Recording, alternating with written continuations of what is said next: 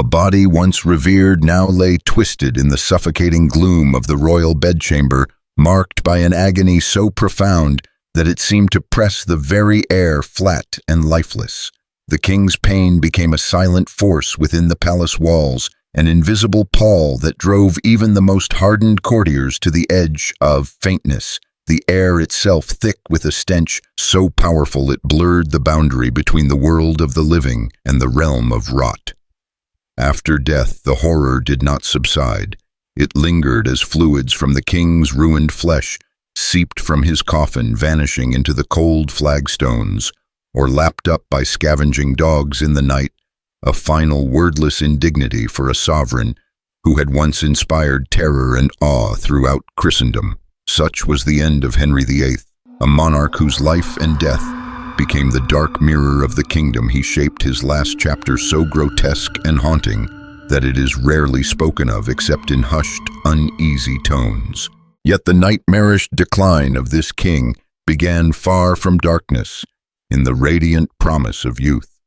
Henry Tudor entered the world on a summer's day, June 28, 1491, a prince of legend in the making.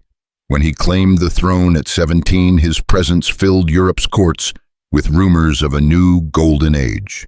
Tall and broad, his hair a burnished copper gold, he strode through the palaces like a figure conjured from myth, his every gesture watched and envied. A Venetian ambassador, awed by this vision of royal vigor, declared Henry possessed an extraordinary figure and angelic countenance surpassing every Christian prince in beauty. But splendor is no shield against time, and the world would soon witness the slow undoing of this paragon. The pivot came with a single catastrophic moment, January 1536. Beneath the wintry sky of Greenwich, Henry, then 44, entered the lists for a joust, only for fate to betray him. His horse collapsed, crushing the king and rendering him senseless for hours. Though he survived, the price was written in flesh. His right leg, mangled beyond the skill of Tudor medicine, never truly healed. It became an ever-bleeding wound, weeping and putrid its foulness, traveling ahead of him like a spectral herald. For a king who had ruled by image and presence, the humiliation was profound.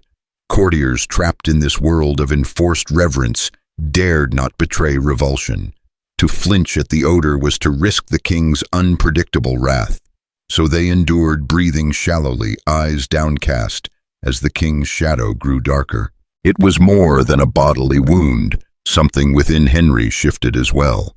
The year of his accident was also the year he unleashed the machinery of accusation against Anne Boleyn, his second queen, sending her to her death on charges no one dared question aloud. Some would whisper later that the fall had jarred loose not only bone but reason, accelerating the king's paranoia and violence, setting him on a path where fear reigned and mercy withered. Trapped by pain, stripped of mobility, Henry began to swell with unnatural speed. The trim waist admired in youth ballooned grotesquely, and soon his frame exceeded all proportions known at court. Over 180 kilograms, he could no longer move freely. The halls were altered for him, doors widened, and a web of pulleys devised to lift and carry the king who had once strode the length of his kingdom. He became less a man than a burden for his household, to manage the palace itself, groaning under the weight of royal decline. The opulence of the royal table did nothing to arrest this fall. Kitchen accounts record a daily orgy of consumption platters of red meat, savory pies, rich sauces, while vegetables, those simple gifts of the earth, rarely touched his plate. It was as if Henry sought to vanquish his mortality by force of appetite, each feast a denial of the inevitable. But no amount of food could stave off the encroaching shadows. The king who had once embodied England's promise now became a living symbol of its fears, a man undone by hubris, by wounds both seen and hidden, waiting out his days in a world of flickering candlelight and prayers that seemed to echo unanswered against the stone. And all the while, beyond the locked doors and shrouded windows, the kingdom watched and waited uneasy in the hush that settles just before the end. A typical dinner in those waning years was a parade of excess platters, heaped high with steaming meat pies, goblets brimming with deep red wine, and flagons of strong ale. Each meal seemed less a celebration than an act of denial, the king seeking refuge in abundance as the walls of his existence pressed ever closer. Forced into near immobility, his once formidable frame withered beneath the velvet robes, the inertia hastening the decay that gnawed at him from within. The ulcers on his legs, born of old wounds and royal neglect, became chasms that refused to heal. Physicians, desperate and bewildered, subjected him to agonies masquerading as remedies, searing the flesh with hot irons, smearing on salves laced with arsenic and mercury, draining his veins in rituals of bloodletting that left him weaker with each passing day. The wounds grew monstrous. It was whispered that bone gleamed through ruined flesh, and the stench became a presence unto itself, lingering in tapestries and shadows so potent that courtiers recoiled from rooms still 3 doors away, even as duty demanded silence. In the suffocating gloom of the royal apartments, Henry, now nearing 50, took for his 5th wife the youthful Catherine Howard, a union he proclaimed as his return to vigor and happiness. Yet the spectacle was macabre, the aged, ruined king beside a bride not yet 20, her laughter brittle as candlelight in a crypt. Catherine, unable to bear the reality of her decaying consort, turned in secret to a courtier nearer her own age, searching for solace that the king could no longer provide. When whispers of betrayal reached his ears, the monarch's wrath shattered the thin veneer of courtly decorum. Swift, merciless retribution followed, and both lovers were sent to their deaths, leaving the palace colder still. His final marriage to Catherine Parr in 1543 bore little resemblance to the romantic fables of his youth. Catherine became nurse more than wife, moving through the oppressive corridors with measured compassion, tending to wounds that neither time nor medicine could heal. The ghosts of 6 queens haunted the hush of Henry's nights, and Catherine's kindness stood as both duty and warning in a place where affection so often preceded disaster. As the shadows deepened, the king's body became a battleground for afflictions without number.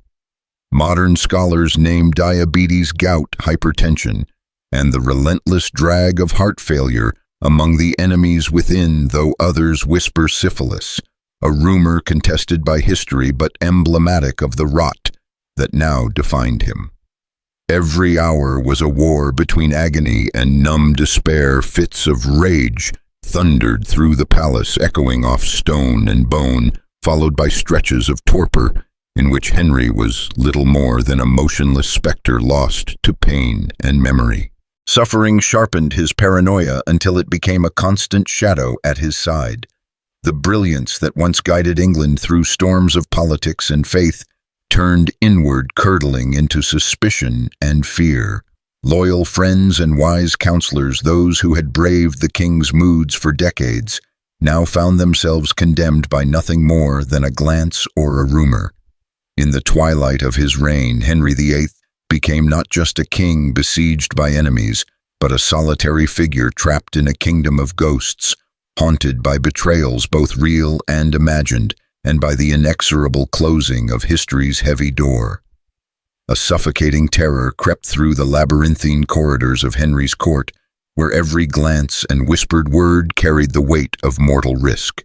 Paranoia reigned as absolute as the monarch himself, and even the faintest hint of disloyalty could summon the specter of the scaffold. In his final days, the king's suspicions grew sharper than ever. It was not enough to fear his rivals. Now, all faces were masks and every servant a possible threat.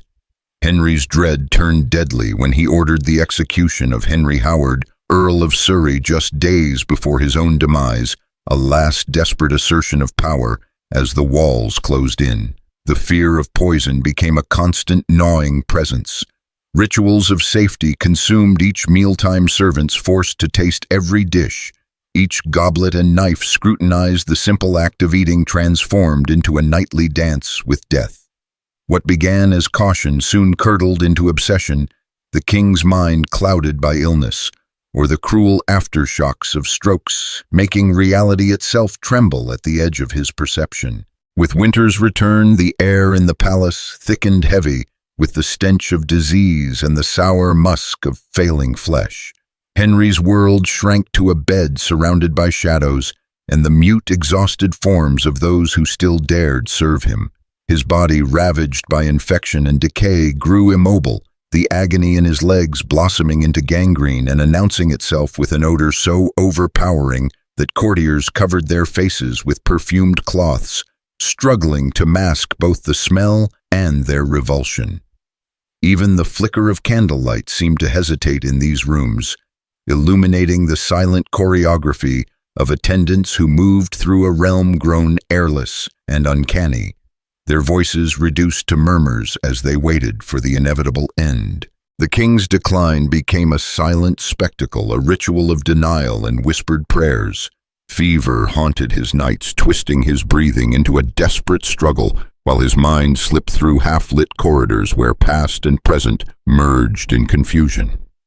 In his fevered delirium, Henry called out for lost wives Jane Seymour, the only queen to give him a son, and then vanish into death's embrace. Anne Boleyn, whose tragic memory haunted the shadows.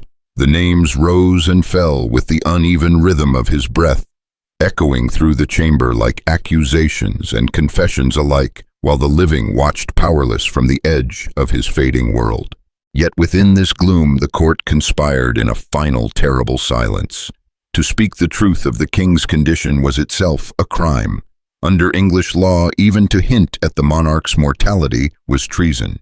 So they clung to pretense, ministering to a body already succumbing to decay, voices bright with false hope as the air grew rank with the unmistakable scent of ending. And as the last winter pressed ever closer, the King of England lay captive to a body he could not command, and a court that dared not name his doom, every shadow stretching longer in the dying light of a dynasty. On a cold January night in 1547, the air in Henry's bedchamber was thick with shadows and the press of a silent court waiting for the inevitable. Knowing the end drew near, Henry at last allowed Archbishop Thomas Cranmer to enter, summoned not by command, but by a kind of exhausted surrender. The king, once thunderous and unyielding, could no longer speak. Instead, when asked the final question of faith, he pressed Cranmer's hand with a faint and trembling grasp, his last conscious act, and perhaps the most vulnerable gesture of a life spent in pursuit of dominance. In the early hours of January 28th, at the age of 55, the breath that had dictated the fate of England faded from his lips, leaving only the echo of his passing in the silent, candlelit gloom. Yet death brought no release from humiliation. Henry's colossal form, swollen by years of pain and appetite, defied the conventions of royal burial. A coffin had to be specially constructed, vast enough to contain not only his remains, but the physical evidence of a reign spent in excess. Embalmers grim and wary set about their work, the air growing heavier with the mingled scents of resin, wilted herbs, and the undertones of decay that could not be masked by ritual or prayer. The art of preservation, crude by the standards of later centuries, offered little dignity. The body was emptied, packed with aromatic plants, and sealed away behind wood and lead, but nothing could halt the ancient march of corruption. As the days dragged by and the court prepared for the spectacle of royal mourning, a darkness deeper than night crept into the chapel at Sion Abbey, where Henry's coffin lay in uneasy rest. In the half-light, something unthinkable occurred, a slow, silent seepage of death itself. The seal on the coffin, unable to contain the inevitable, surrendered to pressure from within. By morning, the flagstones beneath the casket gleamed with unearthly moisture, the evidence of a king's body dissolving into the very stones of his kingdom. It was here that chroniclers recorded a vision both pitiful and ominous. Stray dogs drawn by the scent lapping at the fluids of royal decomposition. To witnesses, it was a scene so macabre that it echoed through the palace for generations. A final, unanswerable insult to a king who had so obsessively guarded his majesty. The once omnipotent Henry, who had bent the church to his will, and sent wives to the block, was reduced to flesh and memory, defenseless against time and the lowliest of creatures. On February 16th, almost 3 weeks after death claimed him, the last act of Henry's royal theater unfolded. The funeral, grand, somber, and nearly overwhelmed by the stench from within the coffin, marched forward with all the solemnity demanded by tradition. In the cold vault of St. George's Chapel at Windsor, beneath the ancient stone and flickering tapers, Henry was laid to rest beside Jane Seymour, the wife who had given him the son upon whom he had pinned the future of the realm. The irony of fate was merciless. Edward, the longed-for heir, would die in boyhood, his brief reign shadowed by illness. The throne would then pass to Mary Catherine of Aragon's daughter, whose devotion to the old faith sparked a brutal attempt to reverse her father's legacy. Only with Elizabeth Anne Boleyn's daughter would England step into an age of new brilliance, forged in the crucible of all that Henry had broken and remade. Yet none of this could lighten the shadow that lingered in the wake of the king's passing. The grotesque spectacle of Henry's death stood as a mute rebuke to the myth of invincibility. The man who declared himself above law and pope, who carved his will upon the souls of his people, was brought low by the simplest and most inescapable of truths, that the flesh fails, that power cannot forestall decay. His end was not merely the closing of a chapter, but the fading of an epoch, the slow hush that settles after the storm has passed. It was, as historian Alison Weir would write, one of history's bitterest ironies, that a prince born to promise beauty and boundless hope would die a solitary figure. His body deformed, his mind clouded, his name spoken more in fear than in love. The arc of Henry's life remains a testament to the dangers of unchecked power and the corrosive effects of suffering denied or left to fester. The king who split the church and set a nation on its turbulent new course could not in the end escape the frailty of his own mortality. It is this shadow, heavy, unyielding, and utterly human, that haunts the final images of Henry VIII, a world grown quiet, candles guttering before the altar, and at the center of it all, a throne left empty, waiting for history's judgment to fall as surely as night. The last moments of Henry's reign unfolded not in the thunder of triumph, but within the stifling hush of a darkened chamber where his labored breath haunted the air, and his once mighty body lay twisted by pain and decay. Here the grandeur immortalized in regal portraits was stripped away, revealing a monarch reduced to flesh and weakness, an emperor not of destiny, but of suffering. Shadows pressed close, flickering candlelight painting his deformed features in wavering gold, as if the room itself recoiled from the spectacle of so much mortality.